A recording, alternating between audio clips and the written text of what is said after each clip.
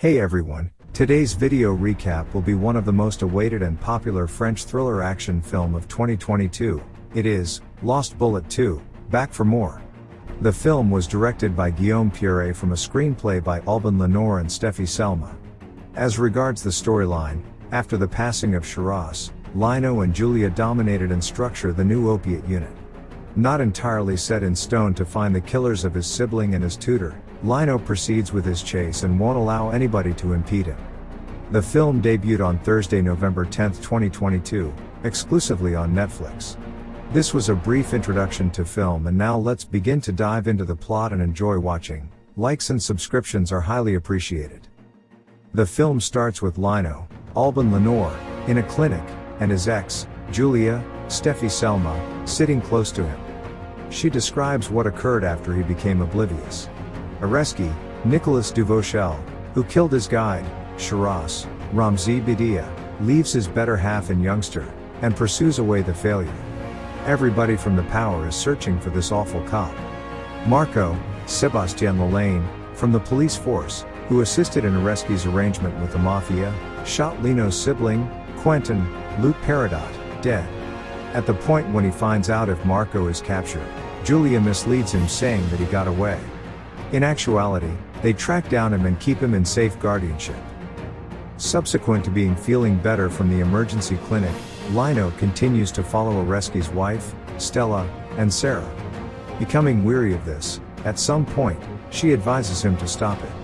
While heading out, the police stop him and Julia sees him living in a terrible state, in his vehicle. She advises him to avoid Areski's family, regardless of whether he is expecting him to get back. In a little while, when certain individuals break into Stella's home and have a go at taking stuff, Lino gets inside and battles them, and recovers her from getting ransacked. A short time later, he goes to see Shiraz's red vehicle, wherein he was shot dead. He chooses to variety it blue. The story movements to 1 year after the fact, when he drives a similar vehicle, presently in blue, with Julia close to him. French and Spanish police were following a vehicle together. We arrive at a comprehension that he is presently essential for the police force, an opiate unit that he is driving with Julia. In the midst of the squad cars and bikes, he drives it at a lightning quick speed and dodges all of them. At one point, the crook's vehicle flips on its head and everybody comes right close to it. Spanish cops pass their right onto the got crook since it occurs on their dirt. One of them, Alvaro, Diego Martin, was companions with Shiraz, and seeing Lino driving his vehicle, has a well-disposed discussion with him. Both Alvaro and Lino are expecting to get Areski and Marco, and they challenge each other to do as such. In the interim, a man named Yuri, Quentin Deneau, who stops at a dubious area, is requested to kill Lino inside the accompanying 48 hours. On the opposite side, Lino chips away at culminating the sharp edges joined to his vehicle, which will curiously improve his presentation. While dealing with it, he gets a call from a lady who presents herself as his mom's overseer. At the point when he communicates lament for not gathering her for some time, this lady shares a location to come see her. In any case, on the opposite side, we see that it is a lady from Yuri's gathering, and it gives off an impression of being their arrangement to trap Lino in something disagreeable. At the point when he arrives at the spot she makes reference to previously, he finds Marco concealed there and they begin battling immediately. In the meantime, Greenery, Pascal Arbelot, from the police figures out that he is in this stable and sends the Powers and Julia to get him. When Julia arrives at there, Lino as of now returns Marco to the police base camp. Around there, he discovers that Marco is a liberated person as a result of Greenery and others, who believed him should remain alive. Lino finds it hard to process that his sibling's killer is getting a ticket out of prison. Greenery makes sense of their association with the head of opiates, Alexander Race, who needed to utilize Lino to dole out his retribution. Greenery needs both Marco and Areski alive, to convict Race of his bad behaviors. While Lino goes out for a smoke to deal with this news, Yuri and his kin, who work for Race, arrive at the base camp to get hold of Marco. Right when they were leaving with him, Lino tosses a bomb and starts battling with them. While he figures out how to grab Marco away, he presently turns into a criminal from Race's kin as well as the police force. On out, he calls Alvaro to illuminate him about Marco's catch and requests that he meet to hand him, Marco, over. The police are still keeping watch for Lino, and when Julia follows him, she gets found out in a mishap. While he remembers to remain back to assist her, the other squad cars with making him continue to run. Afterward, Lino and Alvaro meet at the boundary where he hands Marco over, expecting to get him sentenced. He gets a call from Stella, with whom he is presently seeing someone, follow his direction. She says that she confides in him, in contrast to Oreski. While Alvaro drives away toward another path, the police track down Lino's vehicle and by begin following him.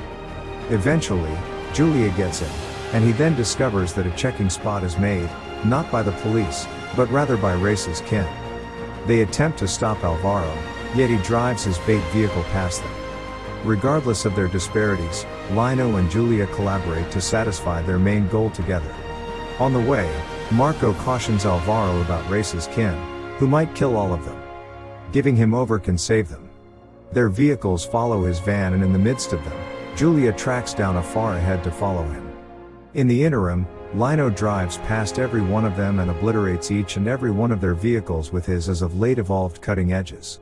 One of the vehicles is hit severely to such an extent that it flies out of sight in obliteration. While that occurs, Julia figures out how to hit Alvaro's van to the extent that the vehicle loses its equilibrium and starts moving as an afterthought. Marco emerges from the vehicle, and she takes him in his vehicle, to drive him back securely.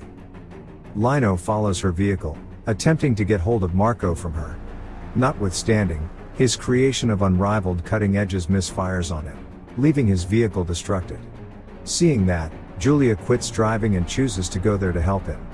At that point, other cops show up at the scene and capture him.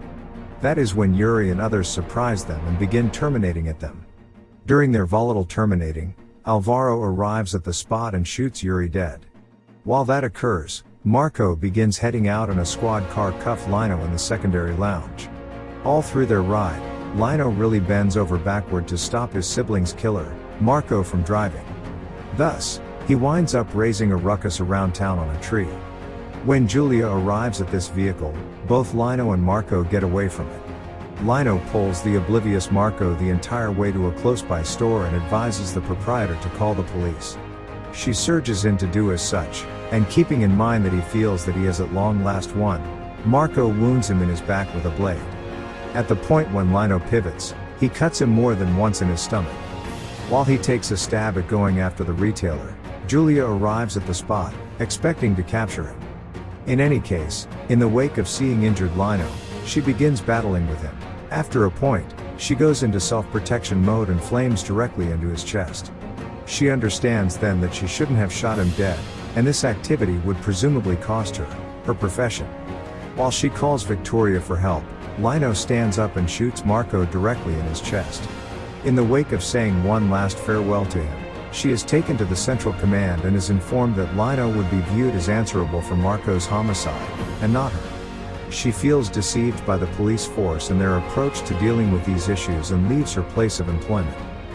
Where is Lino's mentor's killer? Afterward, the vehicle that had a place with Lino's coach, Shiraz, and afterward to Lino is removed to be rejected in a scrapyard. Prior to doing as such, a man removes every one of the things present inside and leaves. Before long, Oreski appears there on his bicycle and removes the crate from him, and follows through on a major cost for it.